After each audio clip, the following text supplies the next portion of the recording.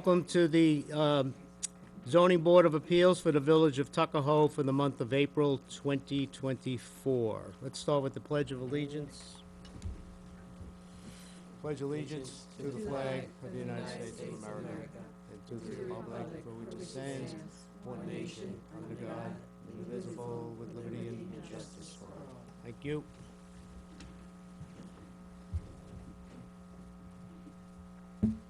Nancy, please take the attendance. Yes, Member Coretta. Present.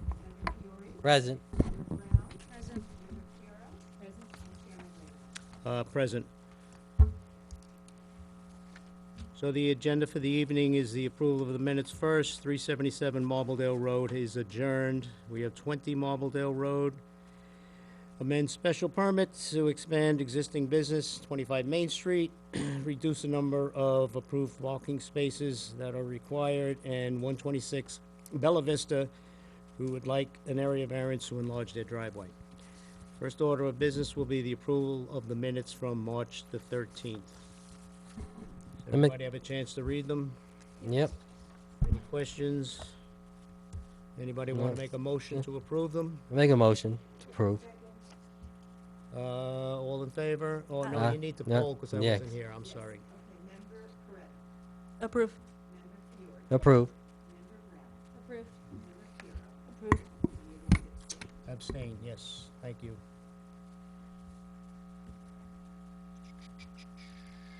20 Marbledale Road, amend special permit to expand, yes, I'm sorry. 20 Marbledale Road would be first.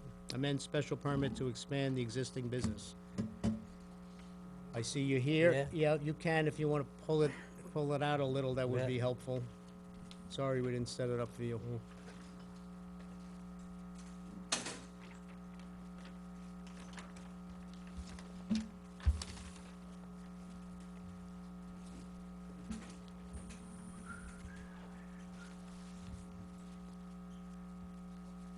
Yep.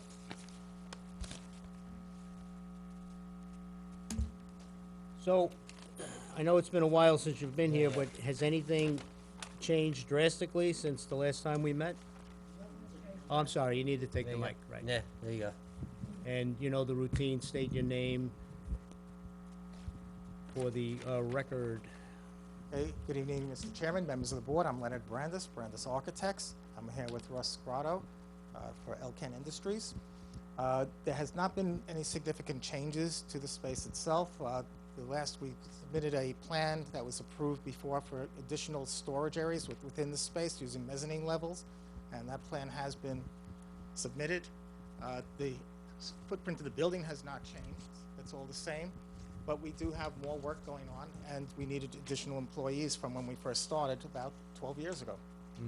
When we brought this industry in, we had at that time only 13 employees between office and laborers in there. And now we're at about 20 employees, 14 down in the factory and 6 in the office. We still have additional workers that work from home for their office work. They occasionally will come in, but not very often into the space. But we do know we are looking for more expansion of employees within the space. We do have room for it. So our total expansion we'd like to have is for 30 people within the space. It's certainly a large enough building to accommodate that with lots of office space up here. And certainly we have all the factory areas that are here going back and forth. So we're just looking to go for the next level. Instead of coming back every few years, we'd like to be able to bring it to that next level to 30 employees total. I guess parking has always been an issue, as in many spaces. We have 10 legal spaces, including 1 handicap accessible space.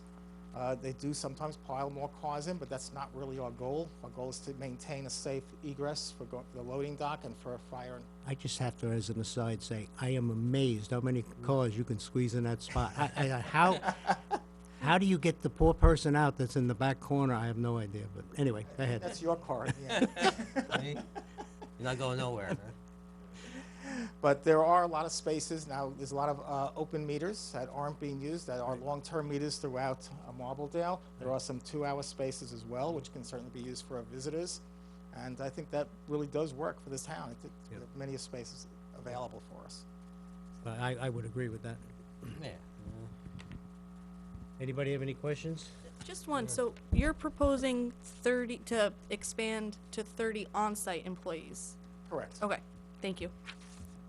And Part-time, full-time, matter. These are Mixture of it. and how did you come up with the number 30? I know last time, as you're saying, you, or what was mentioned at the last meeting is that you wanted to come up with a number that, so you wouldn't have to come back here from your, as you're saying now. So how did you come up with 30?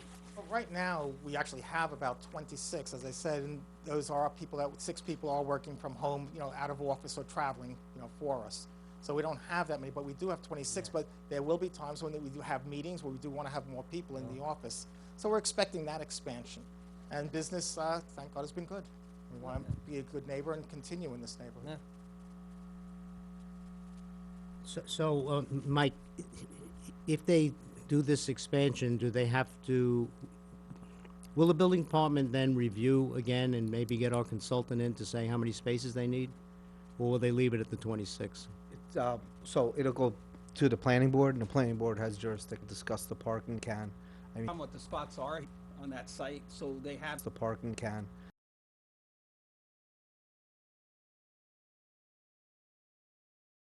I mean, what the spots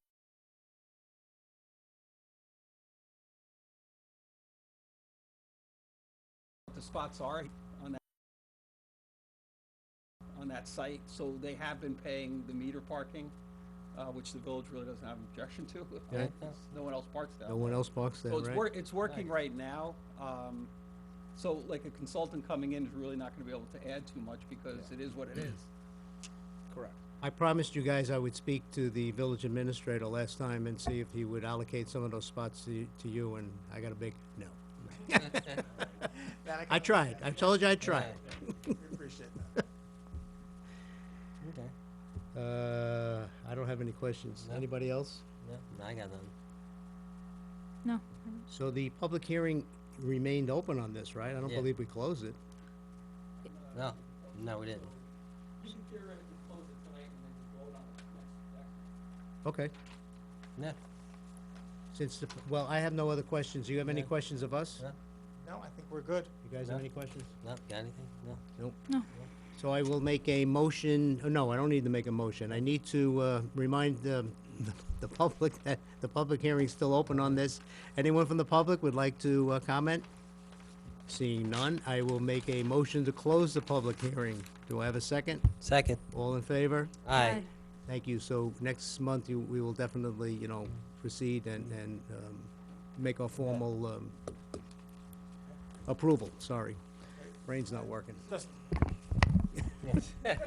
The other question then is, do we have to wait for that decision before going to the planning board? I just asked that to Gary. No? Probably. Yeah, we'll play it by ear. Possibly we'll get you to the work session. Yeah. Okay. We gotta see what the meeting schedule is like next month, but we'll let you know. Okay, fantastic. Thank you very much for your time. Okay. Thank you. Thank you. Good to see you. Bye-bye. Hey, Lenny.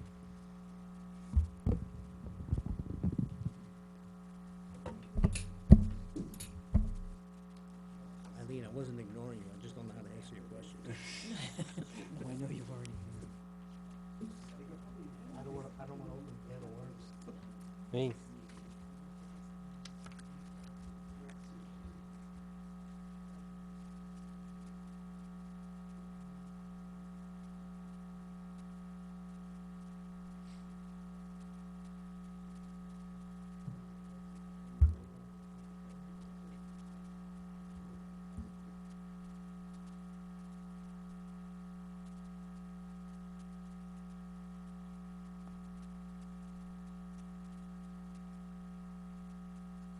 Thank you. See you next time. Next up is 25 Main Street, looking to reduce the number of approved parking spaces required. I see the applicant is here. Kindly step up to the mic and state your name for the record. Good evening, Mr. Chairman, members of the board, staff. For the record, Maximilian Mahalik with the law firm of Cuddy and Vader on the behalf of the applicant, joined here this evening with Peter Borducci, landlord. So just to articulate for the public's benefit, since the last meeting, we did submit timestamped versions of all the photos previously submitted for different times throughout different parts of the weekdays to show that there were a number of vacant parking spaces. I know during the work session and previous discussions, there was just been a little confusion on numbers, and I saw the comment from the police department chief, and I just wanted to clarify. So the planning board had previously determined that 21 parking spaces were required. I know the police chief observed 22 spaces signed for this property between the signs for individual tenants and the 25 Main Depot LLC signs, but the planning board had determined 21 spaces were required, and the variance being requested is from that 21 down to that 13. There are 13 spaces that face to the east, and the additional 8 face to the north. So I just wanted to confirm that because I know there's a lot of numbers getting thrown around, and I think that's partly because sometimes signs don't line up perfectly with the striped space. So I just wanted to note that. Now, in terms of the supplemental submission that was also made, we included letters from all the current tenants articulating the initial letter that they were happy with it said existing number of spaces. Well, what did that mean? It's because for several years now, 13 parking spaces have been utilized by the tenants. But we wanted to make sure that was clear for the record. So as submitted today, the tenants did all come back with a co-signed letter saying that they were all happy specifically with 13 parking spaces, which accommodates their needs. Just so we know, for the record, so there's 5 spaces signed for the salon, 4 for the dance studio, 3 for the office, and then that would leave 1 for the growlers. Why 1 for growlers? Because growlers opens at 4 p.m. Their business is in the evening, their business is on the weekends. That's when the whole lot, over 150 spaces, is open for individuals to utilize. Now, there was a question regarding hours of operation that was noted in our most recent submission, but just to really drive home the point, I'll just articulate those again. So the Growlers Beer Bistro, it's open from 4 p.m. to 12 a.m. on weekdays, and from 11 a.m. to 12 a.m. on the weekends.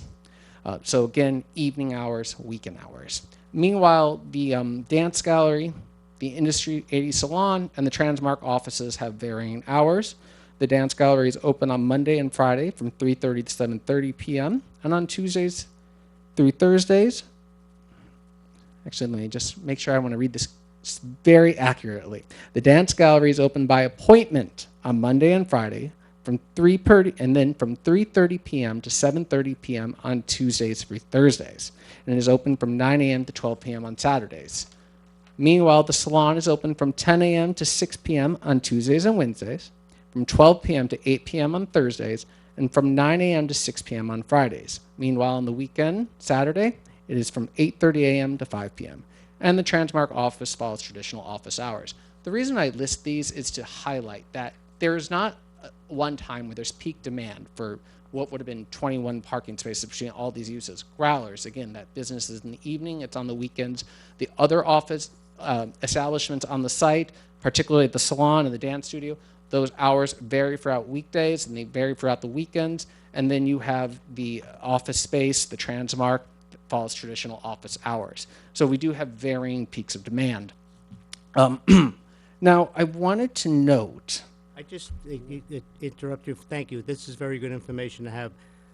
A point that we need to consider as a board before approving reductions of spaces. Let's say hypothetically Growlers leaves and somebody else comes in and we grant this reduction and the new tenant needs twice the amount of spaces. We're stuck. They're stuck. Everybody's stuck. So that's a bit of the problem. The outside consultant, when they look at this, they look at what the building can be used for, not necessarily what it's being used for right now. So I can appreciate what you're saying, and you know, you're right. I mean, Growlers doesn't use any spaces. It's a fact of life. However, what happens if things change? So I would like just a couple points in response to that, Mr. Chairman. So I understand that there was a study done by BFJ when it was determined that 21 spaces were initially required by the planning board. Now, not having that study on hand, and we can go back and take a look as a team, I'd like to see if that data was based on pre-COVID or post-COVID data, because sometimes parking studies around that time pulled from earlier data. In addition, one thing to emphasize when it comes to the word change. This board did, as you know, issue a approve a request for a variance down to 15 parking spaces. And it was noted that partly because that was during COVID, and therefore there was a 2-year time period. One thing I've heard consistently is that there doesn't seem to be the type of increase in commuter demand in the parking lot since the variance was granted, indicative that conditions have not changed significantly during that time on the commuter demand side. At the same time, I would point out that the demand for those tenants has not changed for these 2 years. Those tenants have been in there for a long time, and they've been operating efficiently, utilizing 13 parking spaces. And so, as similarly as the commuter demand has not changed, much so the demand for the tenants has not changed. And so the precedent still applies for the reduction down to 15 parking spaces. Now, I do understand the concern in terms of, well, what if someone comes into the growler space and there's such a significantly higher parking demand? There wouldn't be particularly much flexibility in terms of the number of parking spaces because there's only a certain number of spaces in the whole lot, so we have to keep this discussion with the scope of the number of parking spaces available. Obviously, the parking schedule sets out the number of parking requirements based on employees, potentially, or chairs for certain uses, or square footage. We would have to take a look at the schedule, and it would be decided at that time. But one thing we did discuss at the last meeting is having this variance reviewed on an annual basis to make sure that the parking demand is still being satisfied. If there was a concern that those parking spaces would no longer be available, one option, and I leave it to the village to decide what is best if these 8 spaces are returned to the village formally, but one option would be potentially to have those metered spaces instead of permit parking spaces, which allows for the flexibility to utilize those spaces into the future if a new tenant came on board. And during that annual review before this board and the building department, it was determined that the number of parking spaces, if reduced, suddenly had to be increased again. We want to build in that flexibility. We understand this isn't a permanent grant. So we do want to account for that. That's fair, and if you're willing to come back on an annual basis, I mean, that is a fair recommendation. Just one question I'd like to clarify. The hours that are noted in the materials you provided are hours for the general public, correct? I would presume Growlers is open before 4 for employees to do kitchen prep work? That is the information available from the individual website? websites. Okay. I didn't want to make it look like I was making things up, so I wanted the sites for those. Fair enough. The reason I raise it is presumably Growlers has employees that would be arriving before that 4 p.m. free-for-all time when there's open parking, which undercuts the argument a bit. It doesn't render it moot. Just want to put it out there for the board. Good point. Understood. And I just to highlight, obviously, once the patrons come in, that's when the peak demand start to increase. There could be employees in earlier spaces. Technically, to any of the tenants, obviously you have employees who come in before patrons, but the focus is what is peak demand? Peak demand is going to be employees plus patrons. Right, so if you can, let us know how many employees there are for each tenant in the building. And you have listed 4 tenants. And my question is there any tenant in the basement? My understanding is that the landlord's son does utilize that for personal use, but it is not a business in the basement. At any time in the future, that could be rented out to somebody to use as a business?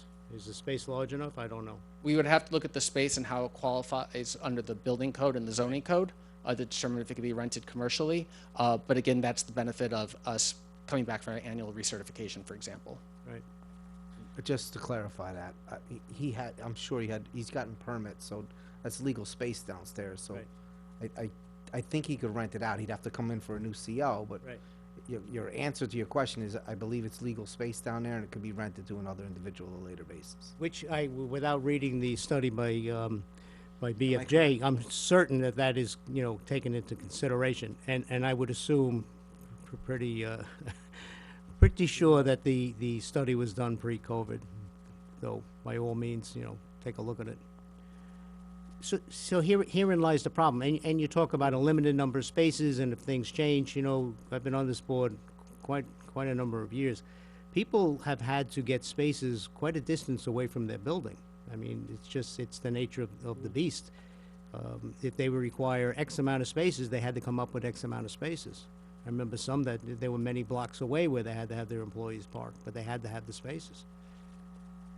So it's not confined to just that lot. Let's say that lot was, all went to Pangor, whatever, things change and you got an influx of new tenants that had a lot more employees. There's no guarantee that, you would get the spots in that particular parking lot. But you'd still be required to have the spots. Can't say, well, lot's full, so you don't need spots. It doesn't work that way. Well, and again, that's Or maybe I heard you wrong, but that's what I thought I was hearing you say. Well, in terms of potential future demand, if there were unexpected changes, and again, these tenants have been there for 2 years and we haven't had a parking burden created. Right. But if that future demand came in, we would be before this board for that recertification. And if the 8 spaces, if the village left those, for example, to be metered spaces, and then decided for this board or for the building department, or so be whichever agency has the authority, that there is an increase in parking demand to accommodate a new tenant, like any new tenant that would go into any new space in the village, then that would have to be accounted for through, for example, one of those 8 spaces, one or more. So I am suggesting that the village does have some flexibility in terms of how it wants to treat those spaces if it comes back, those spaces come back into the village's authority, so that if they feel it needs to be assigned to a use in the future, it can do so. Right. But that would undercut the suggestion that the village repurpose the spots for commuter parking or Pango. So really, and I'm just, not to poke too many holes, like, the suggestion is appreciated. It's not going to have any bearing on the decision. But if you're now saying, well, maybe we should keep that on reserve in case the merchant needs it down the line, it's basically the same scenario that they're in now, except you're not paying for them. So in terms of what the village can and cannot do, and the benefit of the financial benefits to the village, just one thing to highlight too is when it comes to the ZBA's decisions, as this board knows, certain financial revenues is not in the balancing test. And it's not necessarily a decision that should be the basis made by the board, just according to how New York statute and case law read out. However, what I'm just suggesting is that there's a lot of ambiguity right now about how those 8 spaces are treated and who's responsible for them and who's been cutting checks. And it's been 8 spaces that have not been used.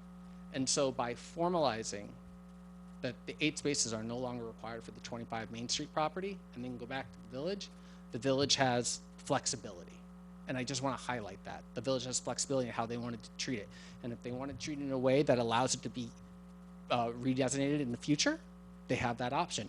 If they want to treat it in a way that it's now a permit spot with the much higher permit fees, they have that option. But I defer to the village what they think is best for spaces that they have authority over.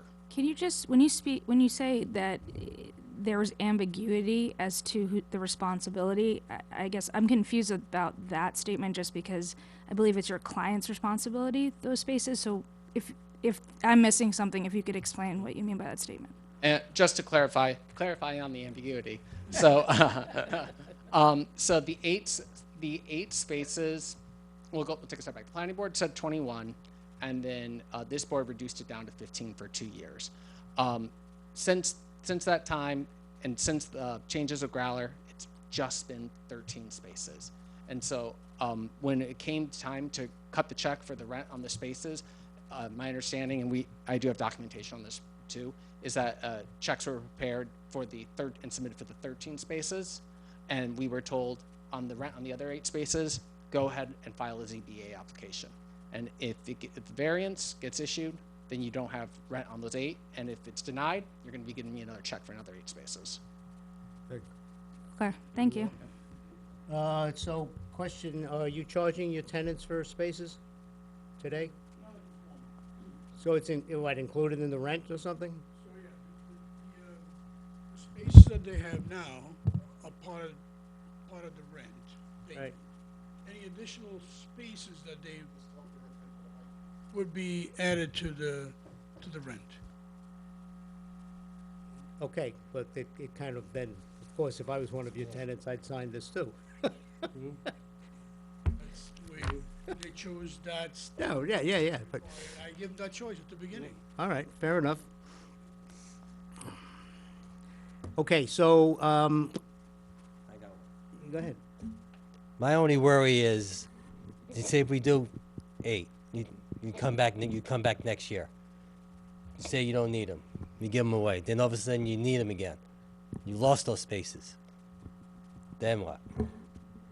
Like I Yeah, said, then he yeah. has to find them Somewhere else. someplace, even if it's Somewhere not in else. that lot, if it's full. And that is a risk taken Yeah. on by the By applicant. you, Yeah. right. Yes, including, for example, if I'm not compliant, all of a sudden, I lose my CO. Yeah. But this is why I brought that up, because if that, plays out that way, you're still on the hook to find the spots, even if they're blocks away. Yeah. There is a risk inherently taken by the applicant. Good. And we acknowledge that, and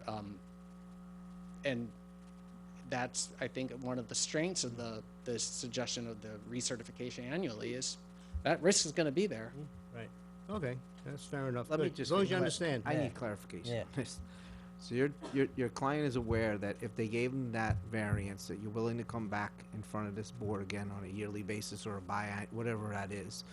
And if they determine that the 21 are needed and they don't have them, when I say they, the village doesn't have them anymore because they gave them all out. They're gonna tell you need to go out and find those spaces. If you can't find those spaces, is your suggestion gonna be that the building department pull your CO? Are you aware of that? So, Whichever the applicant may, or depends on, so right now, we're talking about building-wide 21. So basically, it would be the building. so we would look at, my understanding, we'd have to look at the code to see exactly what it is, Well, I'm but my telling you, that's what's understanding gonna is, happen, yeah, in is, my opinion. If you need a 21 later, and they can't provide them to you, it becomes your problem. And if your lawyer's suggestion is that your CO be pulled, then the whole building potentially could be vacant. so again, we'd have to look at the code, but just to They- clarify, my suggestion was looking at those individual tenant spaces, because how those tenant spaces are designated and who the user is, that's gonna determine the parking requirement and the compliance there too. No, you're missing my point. Right now, that's not true. Right now, the zoning code required 21 spaces. So I don't care how you allocate those 21 spaces, they go to the building. If he goes over that number, he would need to he doesn't need to go to the zoning board because he's pre-existing 21 spaces. So if he goes down to 13 and a new tenant comes in and needs all 13, then we have a building-wide problem, not a tenant problem. Yep. Okay. I talked prior to that to Bill. So the way I understood it to be is that tenant, let's assume for a minute a growler leaves and a new tenant comes in. He needs a certificate of occupancy. If he doesn't meet the requirement, he's not gonna rent the place. He has to move on. Well, no, he can come in front of this board and everybody And can do ask for what? relief. The man that we find is. I'm No, only- they're gonna say, okay, we allowed, look, let's say this. He needs a new CO. They're gonna say, okay, the building wide at the time required 21. I can't enforce more than 21. Okay, but if they go down to 13 and we readdress this on a yearly basis, they potentially could go back to the 21, which would create a problem for everybody here. I don't know why we readdress on a yearly basis. Well, that's what they're unless it suggesting right changes. now. The addressing, the way I understood it, Mike, was if there were changes were being made during the year, then we address it. That's If not- a new tenant comes in and that tenant has different requirements, we may not be able to rent to that tenant. So Right now, they're fine the way they are. We would talk, could only. Perhaps it's worth clarifying, because I thought what was relayed previously was that your proposal was that this would be represented to us on an annual or biennial basis for review, not if you all feel more spaces are needed, you would bring it to us. So just want to clarify Yeah, that piece. just to clarify, and obviously, any potential language of a condition has not been drafted yet. Just to make sure we're all on the same page, what was discussed previously, and I should have probably gone a little more detail again, just for the record, but what we had discussed was an annual or biannual letter recertifying the tenants. And if there was a change, then the board would have the opportunity to reconsider the variance. Thank you. My memory from last month, not that great, and just wanted to close that up. Yeah, Thank you. I would agree with that. That's what was thrown out as a potential idea, not again one that we accepted, but that it was an idea. Look, I'm not gonna speak for Gary right now, but I can tell you as far as the building department's concerned, we can't just take an official letter certifying the tenants, and who's gonna do that determination? The chairman? It needs to go back in front of the board and needs to be a public hearing. I can't do things that way. That's not how we run this operation. It's not how the village is run. So it would be a formal application, yearly, biannually, whatever you guys discuss, if that's what needs to be done. We can't do it through a letter form. Am I correct? Yeah, I think if there's a change in tenancy at the end of the year, if it's the same next year, there could be a mechanism where they just submit a letter to the building department, hey, nothing's changed. Okay. So they don't have to come back. But if there's a change in tenancy, then they'll have to come back. There's no choice in that. Right. Okay, so But- if we draft it where there's a change in tenancy, then it would require them to come back? Yep. Okay. Which they'd have to do anyway, right? I mean, No. if Growlers leaves tomorrow, Not and necessarily. Yeah, not necessarily. That's what Really? that's what everybody's missing here. If Oh, the yeah. tenancy is the same where there's no change, the use isn't changing for the C of O, then they wouldn't need to come back at all. And on that point, the applicant is willing to take on that burden of going that extra mile to make sure things stay clean.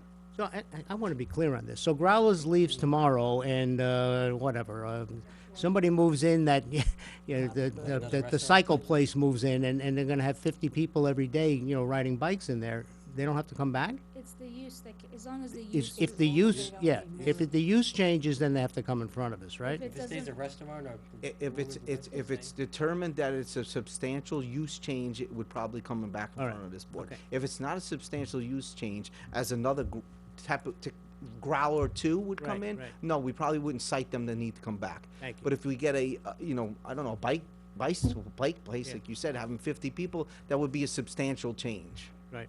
Because it would require more parking spaces. Correct. Which they will not have. Or even a Correct. restaurant, plain restaurant. And there's another place we turned down that wanted to reduce their spaces, the Orange Cycle place, whatever it was called. Orange Theory, thank Yeah. you. So as long as I've been on this board, we've been very reluctant to reduce spaces for obvious reasons. This is a fair request, I think, on your part. We need more information from you, please, as requested. You owe us the number of employees per tenant. And you've already told us that you do not charge the existing tenants. You include something in their rent. That's fine. And you don't have a tenant in the basement, you just have one person using it for now.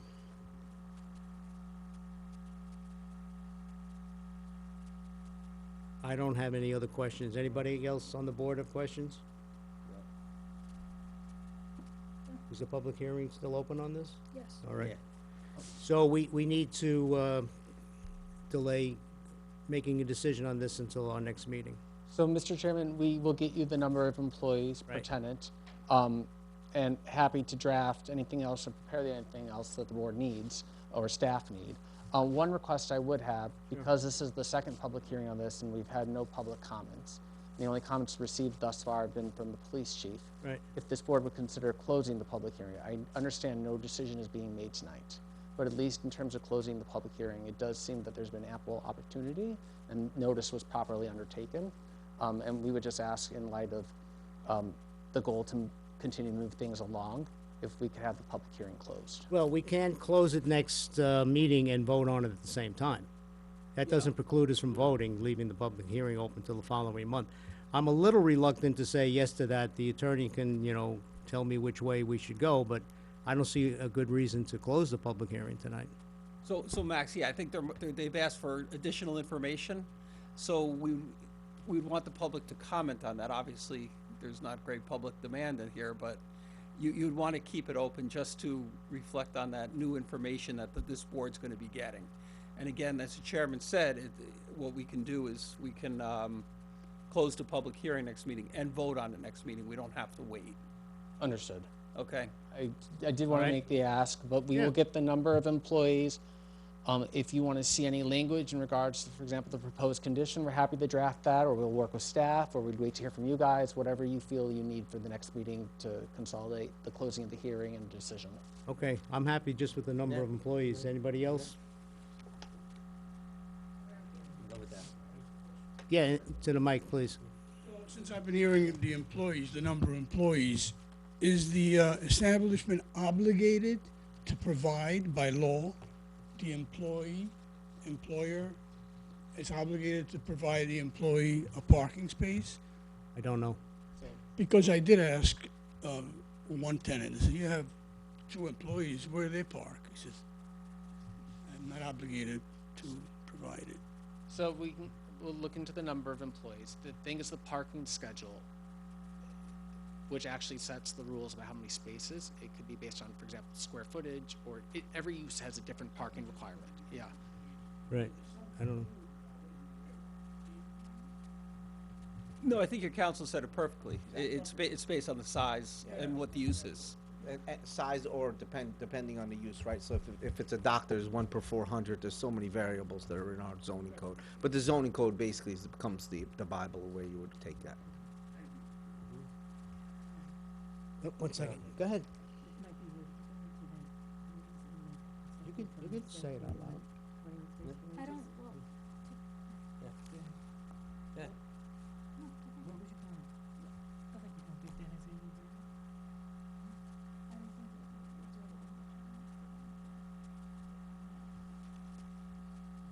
So, Mr. Chair, just, I think in procedural thing, the public hearing's still open. Right, So just if you can make a motion, you know, if anyone wants to speak in the public, Right. if not, no one's here. leave it We open, can just make a motion to leave it open till next hearing. right. Okay, thank you, gentlemen, we'll see you next month, thank you. Thanks. Have a good night. Mr. Chair, if you could just make the motion to Yeah. carry the public hearing. to Before next- they leave, okay. Doesn't matter. The public hearing's still open on 25 Main Street. Is there anyone from the public who would wish to comment? Seeing none, I'll make a motion to leave the public hearing open until our next meeting. Do I have a second? Second. All in favor? Aye. Aye. Okay. Thank you. Yeah. Now it's official. Thank you. Good night. Last but not least is 126 Bella Vista Street. Area variance to enlarge their very tight driveway. Mr. Chair, on this one, just to refresh the board's recollection, the applicant presented last month. The public hearing was open. He said he was not going to be able to make it to this meeting because he is at the Yankee game, and I think they're down 4-0. But I said if there was any changes, if he could let me know. I've received nothing, so there's been no changes to the application, so we could just assume there's no changes, and just, if you guys want to proceed with the application I submitted, it's fine.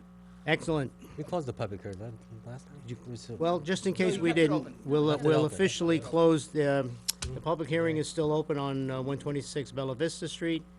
Seeing no one here from the public, I will make a motion to close the public hearing. Do I have a second? Second. All in favor? Aye. Thank you. So I know a member has a resolution in the form of a motion that they would like to present for 126 Bella Vista. yes, I have a resolution in the form of motion. The application for area variance is requested. The application for area variance is requested by Michelle Vinci, whose address is 126 Bella Vista Street, Tuckahoe, New York, Section 42, Block 6, Lot 3, for relief from the following sections of the zoning code: 5-1.2 off-street parking. SACRA resolution. Based on the application as submitted, this zoning board of appeals finds and determines that 1. The action taken herein is an unlisted action subject to the requirements of SACRA and its implementing regulations. 2. The zoning board of appeals is in the possession of all information reasonably necessary to make the determination as the environmental significance of the proposed area variance application. 3, that the action taken herein shall not have a significant adverse impact on the environment, and it is declared that a negative declaration is hereby adopted with regard to this action. Do I have a second to the motion? Second. Nancy, please poll the board. In favor? In favor. In favor? In favor. Applicant resides at 126 Bella Vista Street in Tuckahoe, New York. Applicant is seeking to widen his driveway 9 feet driveway to 12 feet. Applicant proposes to push out either side of the driveway approximately 1.5 feet. The widening of the driveway will have little to no impact to the surrounding neighborhood, whereas the benefit of widening a 9-foot driveway to a 12-foot driveway will have a big positive impact to the homeowner, as a 9-foot driveway is extremely tight. In reviewing the plans, hearing the applicant at the work session, and public hearing, it is clear that the property variance is to be granted as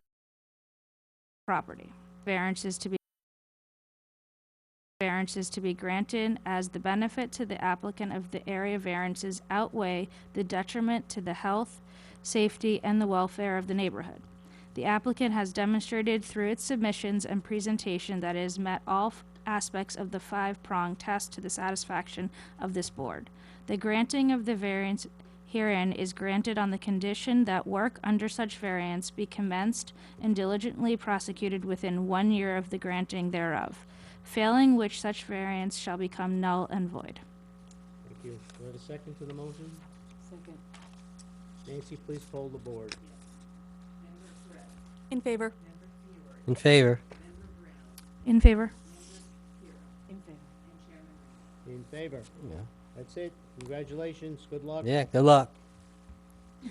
Thank you. Seeing no other business, I'll make a motion to close this meeting. Do I have a second? Second. All in favor? Aye. Good night, Tuckahoe.